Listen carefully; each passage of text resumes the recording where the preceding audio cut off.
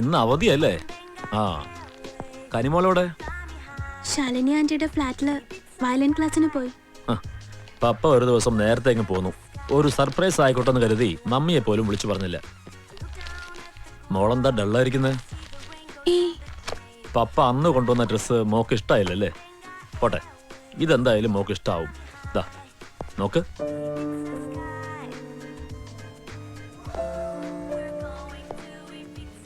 How is this? എന്താ ഇത് ഇഷ്ടായില്ലേ? അതോ ഇഷ്ടമാവാത്തത് പപ്പയാണോ?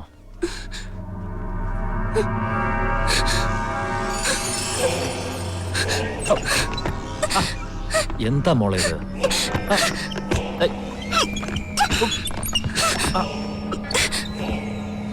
മോളെന്തിനാ പപ്പയെ പേടിക്കുന്നേ?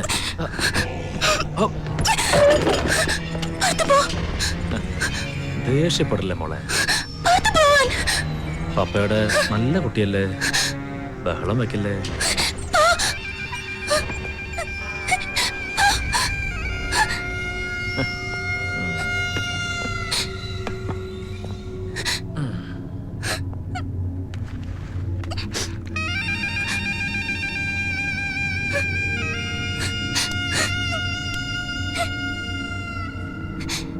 മോളോട് ഇരിക്കേ,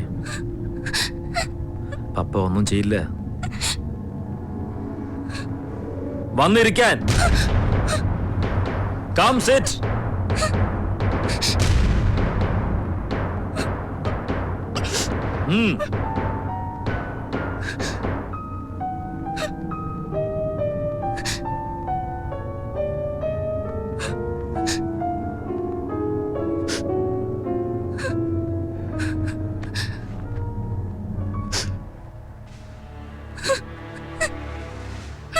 മോള് പിന്നെയും പേടിച്ചു അല്ലേ?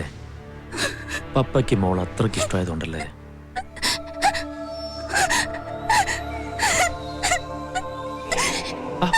കരയല്ലേ? എന്തിനാ മോള് കരയുന്നേ?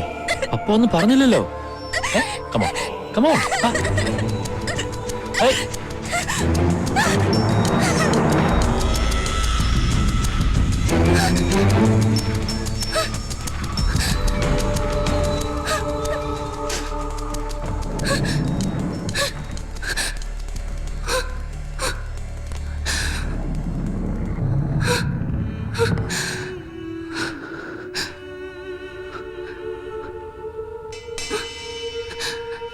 എനിക്കൊരു പ്രശ്നമുണ്ടെന്ന് പറഞ്ഞിരുന്നില്ലേ? അതെന്താണ്?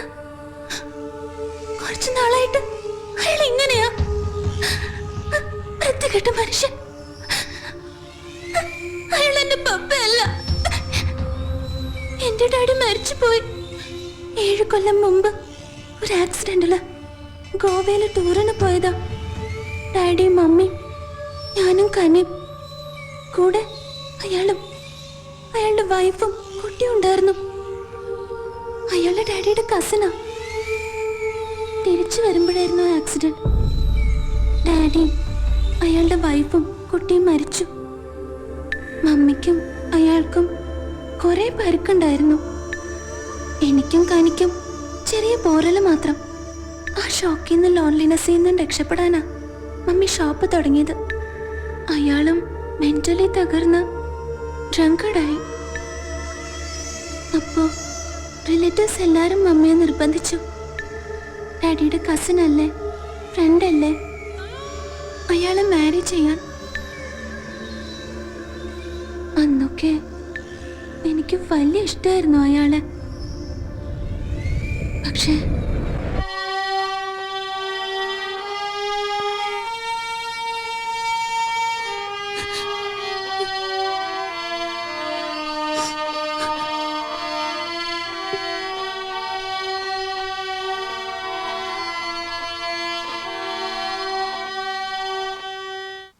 വാ, നിധിയെ ഇപ്പൊ ഇങ്ങോട്ടൊന്നും കാണാറില്ലല്ലോ. ഇരിക്ക്. ഇല്ല, ഞാൻ അവിടെ ഇരുന്ന് ബോറടിച്ചപ്പോ നന്നായി പ്ലേ ചെയ്തോണ്ടിരുന്ന ഇയാള് വെറുതെ നിർത്തി അല്ലേ? അത് പിന്നെ മടി. അതിലും മടിയാ ഇപ്പൊ അനിയത്തി കുട്ടിക്ക് അല്ലേ കനി?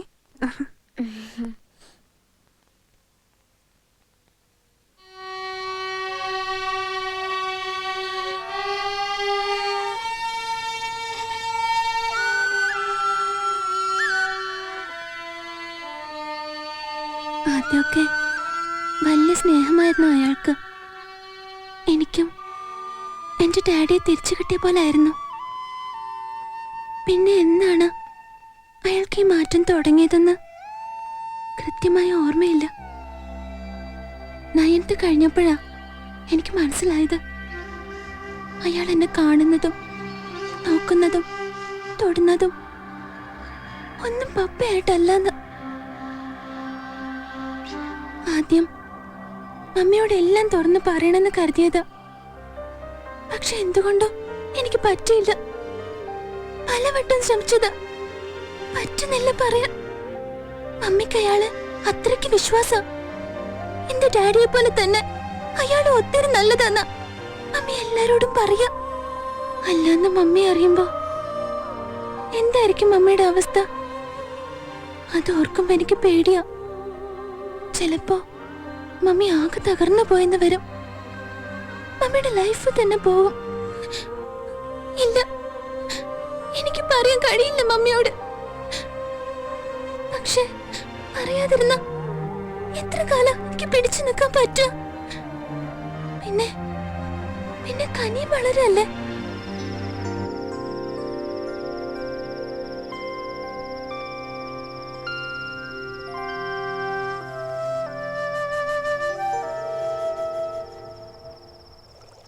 ഒന്ന് വേഗം മമ്മി, എനിക്ക് വിശക്കണു. ദേ റെഡിയായി, മോളിരുന്നോ? മമ്മി ഷോപ്പ് അടിച്ചു വന്നിട്ട് ഭക്ഷണം ഉണ്ടാക്കുന്ന ഈ ഏർപ്പാട് നിർത്തണം. മനുഷ്യൻ ഇവിടെ വിശന്ന് ചാവും. രണ്ടുപേർക്കും ഉണ്ടാക്കി കഴിക്കായിരുന്നല്ലോ. സാധനങ്ങളൊക്കെ ഇവിടെ ഉണ്ട്. അതെങ്ങനെയാ? ഒരു മടിച്ചല്ലേ കൂടിയുള്ളത്.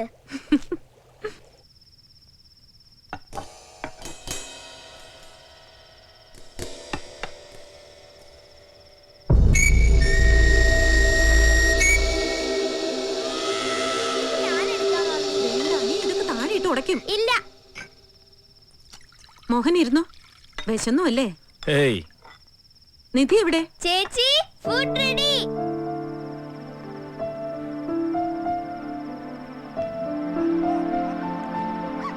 ആ ഒരു ഹാപ്പി ന്യൂസ് ഉണ്ട്. താനൊന്ന് ഫ്രീ ആയിട്ട് പറയാന്ന് കരുതി. എനിക്ക് ഇവിടുത്തെ റീജിയണൽ ഓഫീസിലേക്ക് ട്രാൻസ്ഫർ ആകും ഉടനെ. ആണോ? Thank God. ഇനി ആഴ്ചയിൽ 100-300 കിലോമീറ്റർ ട്രാവൽ ഒഴിവായി കിട്ടുമല്ലോ. എന്നും വീട്ടിലുണ്ടാവും ചെയ്യും. ഈവനിങ് 6 to 8 ഇവിടെ കുട്ടികൾ തനിച്ചാവുന്നതിന്റെ ടെൻഷൻ അതും മാറിക്കിട്ടും. മോളെ വന്ന് കഴിക്ക്. നീ കേട്ടോ, പപ്പയ്ക്ക് ഇങ്ങോട്ട് ട്രാൻസ്ഫർ.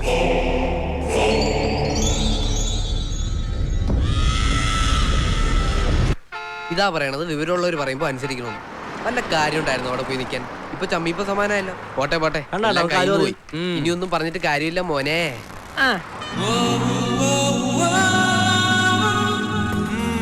നിന്റെ ടൈമിംഗ് ആടാ ബെസ്റ്റ് ടൈമിംഗ്.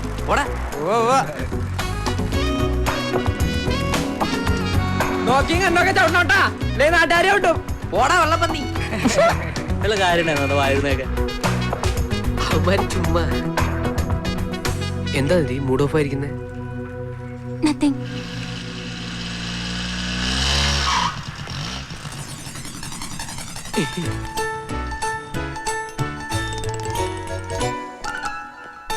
ഇവനെ ഞാൻ തിരിച്ച് ഗൾഫിലേക്ക് പാക്ക് ചെയ്യാൻ പോകുന്നിതി അച്ഛന്റെ അമ്മയുടെ അടുത്തേക്ക്. ഇവിടെ നോക്കടാ, അവിടെ ഇഷ്ടം പോലെ +2 സ്കൂളുകളുണ്ട്. ഇനി അവിടെ പഠിച്ചാ മതി മോൻ.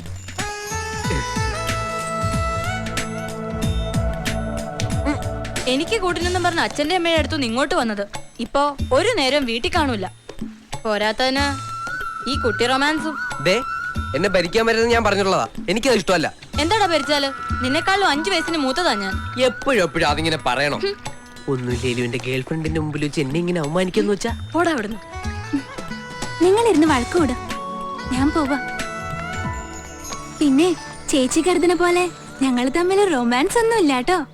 V are just friends. അത് ചുമ്മാതെ ചേച്ചി, ഞങ്ങൾ തമ്മിൽ തിക് റൊമാൻസാ. നുണയാ ചേച്ചി.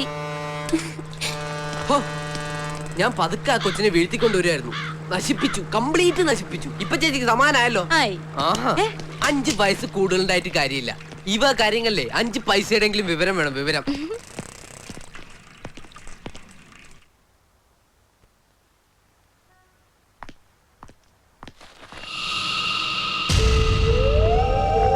മോളെത്തിയോ? പുതിയ ഓഫീസിൽ ജോയിൻ ചെയ്തല്ലേ ഉള്ളൂ. പപ്പയ്ക്ക് വലിയ പണിയൊന്നുമില്ലായിരുന്നു. അതുകൊണ്ട് നേരത്തെ അങ്ങ് പോന്നു. പിന്നെ ഇവളുമായി കുറച്ചു നേരം കളിക്കാന്ന് കരുതി. അല്ല മോളെ?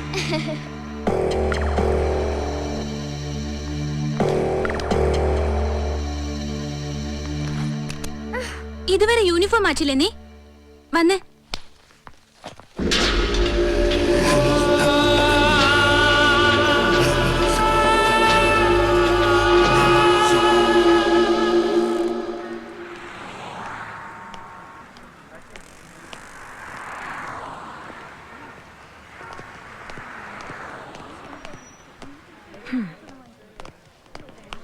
എന്താ നിധി ഇത്? ഇവളെയും കൊണ്ട് നീ ഇതെങ്ങോട്ടാ പോയത്? പപ്പ വിളിച്ചു പറഞ്ഞു. സനയുടെ വീട്ടിൽ പോയതാ. നോട്ട്സ് വാങ്ങാനുണ്ടായിരുന്നു.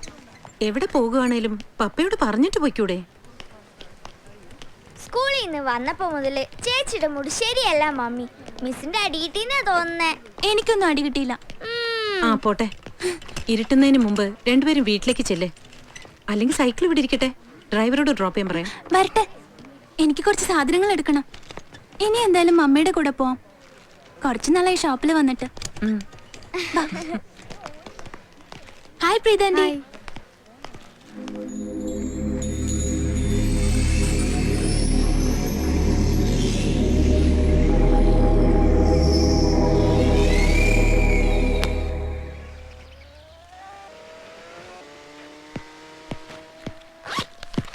എടാ ചെറുക്ക, ഞാനിന്നൊരു പ്രോഗ്രാം കവർ ചെയ്യാൻ പോവാ. അതിന് ഞാനെന്തോണം തല കുത്തിക്കണോ?